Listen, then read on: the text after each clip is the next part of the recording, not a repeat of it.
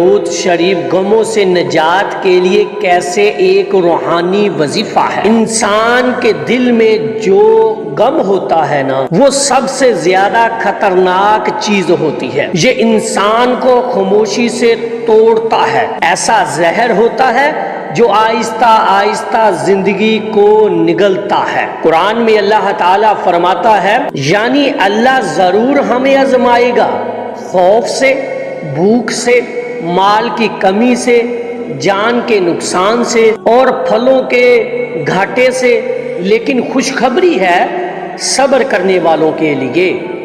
اور درود شریف صبر کرنے والوں کا سب سے بڑا سہارا ہے۔ درود شریف ایک روحانی دوا ہے۔ رسول صلی اللہ علیہ وآلہ وسلم نے فرمایا، جو شخص مجھ پر ایک مرتبہ درود بھیجتا ہے، اللہ تعالیٰ اس پر 10 رحمتیں نازل فرماتا ہے۔ آپ سوچیں، اللہ کی ایک رحمت انسان کے لیے کافی ہے، تو جو درود پڑھے اور 10 رحمتیں حاصل کرے، وہ کیسا بد نصیب ہوگا جو درود نہ پڑھے، اور کیسا خوش نصیب ہوگا جو ہر دن ہر رات درود کو اپنا وظیفہ بنا لے۔